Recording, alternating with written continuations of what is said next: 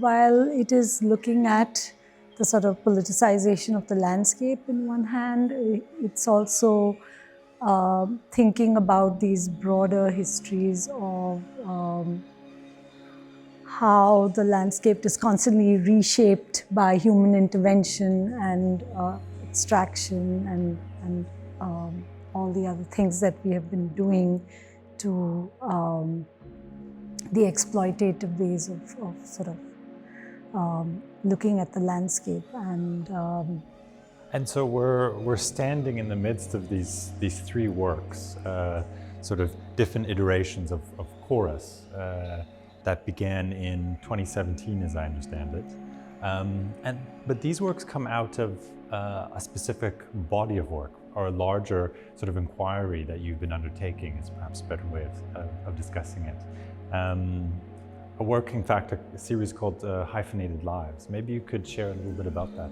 I mean, Hyphenated Lives was really thinking about all that's shared between cultures, between, you know, and it was almost like nature being in defiance of these man-made divisions of the ground. And so I began to think of like literally turning to a species other than the human race to look at how we might perhaps cohabit this planet, where the existence of one depends on another and the disappearance of one species results in the disappearance of another. So these ideas of independence, interdependence, of confluence and conflict, and these sort of come together in the works. And Hyphenated Lives, like you said, are actually species that are imaginary hybrids that are formed by one half from each side of these border sharing regions. Right. I mean, these are national symbols, and I'm interested in how we sort of, as humans, have co-opted them, you know, appropriating natural forms to then try and claim ownership to them. You know, I mean, I was reading up about how there's an attempt to change the name of the Palestinian sunbird simply because it's also on Israeli postage stamps. And it just got me thinking about how we tend to claim ownership to these. And that really got me thinking about the species that perhaps existed in the past, or it's a kind of proposition for their coming together in the future. And it's, like I said, it's really this sort of defiance of nature in accepting these divisions on the ground that are man-made and arbitrarily drawn.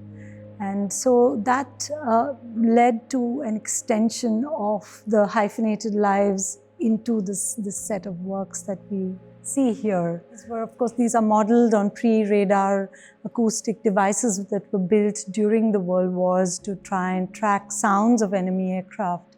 And I somehow wanted to sort of subvert those notions of war as sort of trying to tune into signals from the natural world. I'd like people to come in and sort of step into the sculptures and then begin to reflect on, I mean, as you said, like rivers really are, in a sense, the center of sometimes disputes because of the fact that, you know, the sharing of the waters results in the partitioning of the rivers, where, especially with rivers that are that form the course or are the boundary between countries, and often the course of the river itself is manipulated with either dam projects, hydroelectric projects, and I mean, rivers really know no boundaries. They flow across political boundaries.